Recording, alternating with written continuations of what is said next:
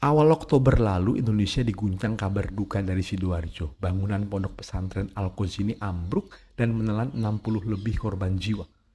Butuh waktu beberapa hari buat evakuasi korban. Nah, yang lebih heboh lagi nih. Pemerintah berencana bangun ulang musola pesantren itu pakai APBN. Bahkan Menteri PUPR bilang bisa juga pihak swasta kalau mau bantu.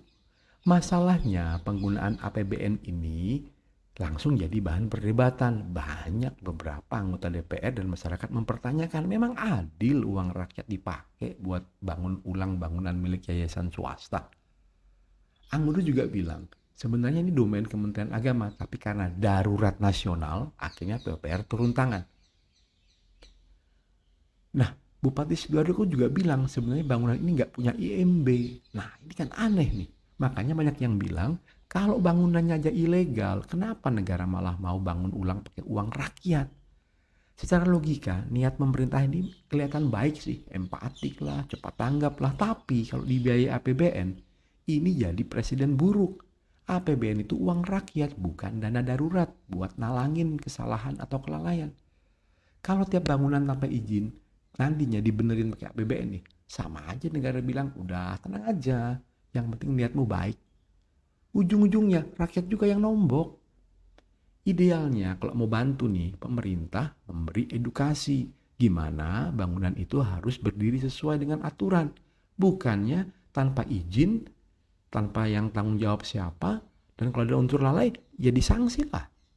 Yang lebih ngeri lagi nih, dari 42.000 pesantren di Indonesia, hanya 50-an yang punya izin bangunan resmi. Artinya hanya 0,12%. Bayangin, jutaan santri kita belajar dan tinggal di tempat yang belum tentu aman. Jadi tragedi ini sebenarnya bukan musibah nasional, tapi pengingat alarm nasional. Kalau nggak dibenahi, ntar terulang lagi. Negara harusnya nggak hanya reaktif, tapi mulai serius buat sistem pengawasan dan legalitas bangunan.